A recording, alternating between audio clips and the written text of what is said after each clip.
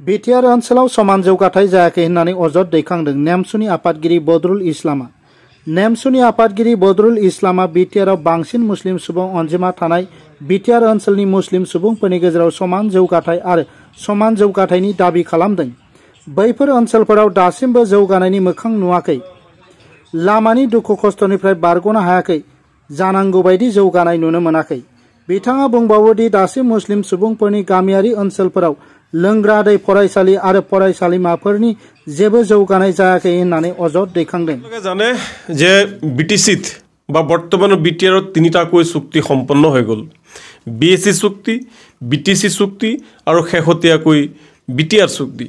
তিনিটাকৈ চুক্তি সম্পন্ন হোৱাৰ পিছতো বৰ্তমানৰ যে বিটিআৰ অঞ্চল, এই বিটিআৰ অঞ্চলত থকা গৰিষ্ঠ সংখ্যক ধৰ্মীয় সংখ্যালঘু লোকসকলৰ যিখিনি সামগ্ৰিক দিশত উন্নয়ন হ'ব লাগিছিল, এই ক্ষেত্ৰত তিনিটা চুক্তিয়ে কিন্তু সংখ্যালঘু লোকসকলৰ উন্নয়নৰ ক্ষেত্ৰত কাম হোৱা আমি দেখিবলৈ পোৱা নাই।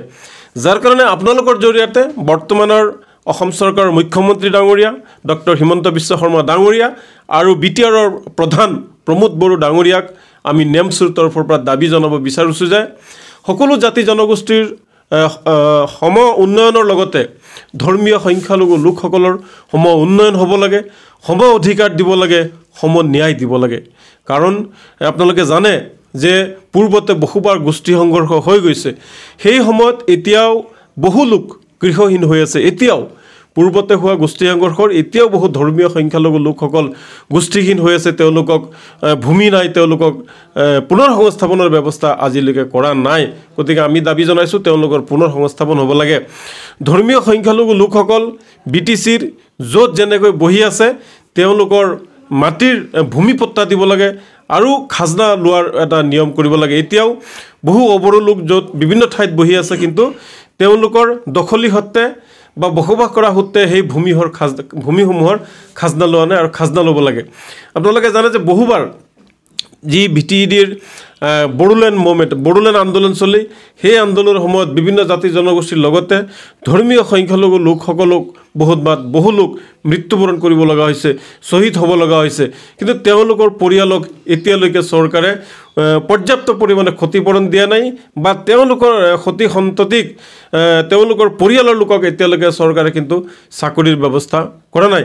গতিকে আপোনালোকৰ জৰিয়তে আমি দাবী জনাওঁ যে সংখ্যালঘু লোকসকলক বৰ্তমানৰ চৰকাৰে অগ্ৰাধিকাৰ দিব লাগে, উন্নয়ন কৰিব লাগে, ন্যায় দিব লাগে। আপোনালোকে জানে যে এবিএমচিৰ প্ৰয়াত সভাপতি লাফিকুল ইছলামক দিন দুপৰতে গুলীয়াই হত্যা কৰা হ'ল, কিন্তু আজিলৈকে লাফিকুল ইছলামৰ হত্যাকাৰীক চৰকাৰ প্ৰশাসনে জানি বুজিও কিন্তু আজিলৈকে দোষী গ্ৰেপ্তাৰ কৰিব পৰা নাই।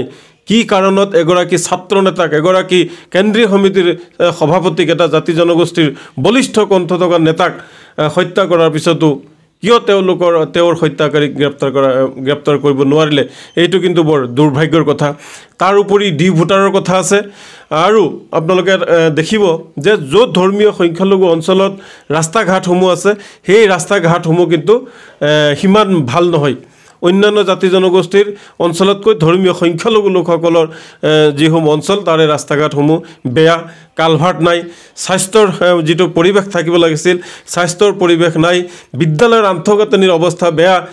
মানে সংখ্যালঘু অঞ্চলবিলাকে জানে যে সমগ্ৰ অসম বা বিটিআৰত ধৰ্মীয় সংখ্যালঘু অঞ্চলবিলাকৰ ল'ৰা ছোৱালীসমূহ অসমীয়া মাধ্যমত তেওঁলোকে বিদ্যালয়ত বেছিভাগেই তেওঁলোকে মানে শিক্ষা গ্ৰহণ কৰে, কিন্তু প্ৰাথমিক বিদ্যালয়সমূহত ছাত্ৰ ছাত্ৰীৰ অনুপাতে শিক্ষকৰ সংখ্যা কম হোৱাৰ বাবে বহু অসুবিধাৰ সন্মুখীন হ'ব লগা হৈছে।